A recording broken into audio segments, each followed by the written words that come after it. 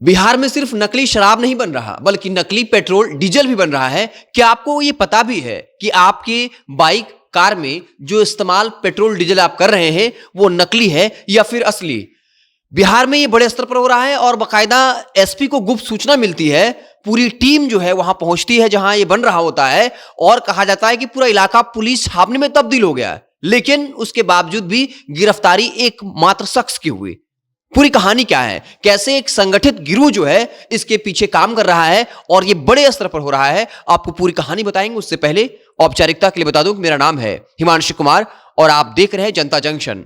नकली petrol diesel का धंधा बिहार में फल फूल रहा है।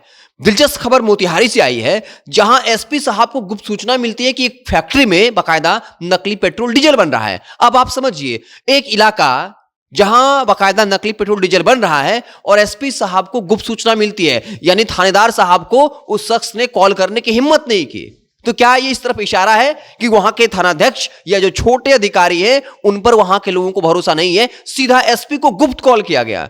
और उसके बाद एक और दिलचस्प वाकया ये समझिए कि एसपी साहब को गुप्त सूचना मिलती है, एसपी साहब वहां के अधिकारियों को, थानाध्यक्ष को भेजते हैं और जो खबर है उसके अनुसार जो डीएसपी वहां पहुंचे थे छापेमारी की, कहा कि पूरा इलाका सशस्त्र छावनी बल में जो है छावनी में तब्दील हो गया। अब सवाल ये उठता है कि एसपी साहब को गुप्त सूचना मिली और बाकायदा वो पूरा इलाका पुलिस छावनी में तब्दील हो गया, यहां तक कि सशस्त्र बल जो है उसको भी लगाया गया, तो फिर मात्र एक शख्स की गिरफ्तारी कैसे हुई? ये बताता है कि बिहार में कैसे बड़े स्तर पर जो अपराध है, माफ कीजिएगा, जो इस तरह का अपराध है, चाहे वो नकली शराब बनाना हो या फिर नकली पेट्रोल डीजल का बनाना, ये अपने आप में कितना बड़ा अपराध है। और ये मिलीभगत दिखाता है अधिकारियों की और बाकायदा माफियाओं की, क्योंकि एसपी साहब को सूचना मिलने के बाद भी एक शख्स की गिरफ्तारी हुई है।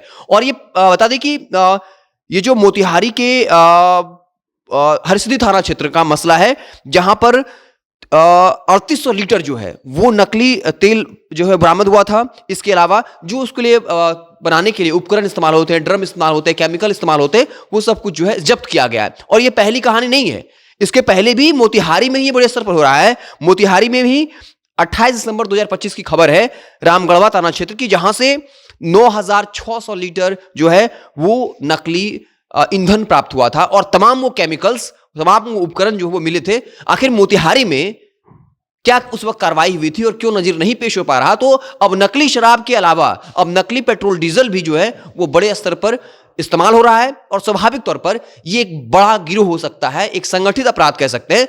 अगर इतना 1000 लीटर नकली लीटर जो है पेट्रोल डीजल बन रहा है, स्वाभाविक तौर पर जो पेट्रोल पंप हैं अलग अलग जिलों में, अलग क्षेत्रों में, क्या वहां इसको खपाया जा रहा है? और ये सवाल पैदा होता है कि अगर कोई किसी इलाके में खुले तौर पर इतने बड़े स्तर पर नकली डीजल पेट्रोल बन रहा हो और किसी शख्स को एसपी को कॉल करना पड़ता है गुप्त सूचना के आधार पर, और एसपी साहब जमीन पर जब भेजते हैं तो कहा जाता है, खुद डीएसपी साहब जो छापेमारी करने पहुंचे थे वो कहते हैं कि पूरा इलाके को पुलिस छावनी में तब्दील कर दिया गया। फिर सवाल उठता है कि सिर्फ एक ही गिरफ्तारी क्यों हुई? क्या किसी ने सिस्टम के अंदर से ही, प्रशासन के अंदर से ही उस माफिया को कॉल कर दिया था? और अगर वो माफिया खुलकर इस तरीके से धंधा में आ रहा है तो क्या ये आप जो अधिकारी हैं उनकी साठगांठ की वजह से हो रहा है? आपको क्या कुछ लगता है कमेंट बॉक्स में जरूर बताइएगा। अगर आप हमें फेसबुक पर देख रहे हैं तो पेज को लाइक कर लीजिए, यूट्यूब पर देख रहे हैं तो चैनल को सब्सक्राइब कर लीजिए। बहुत बहुत धन्यवाद।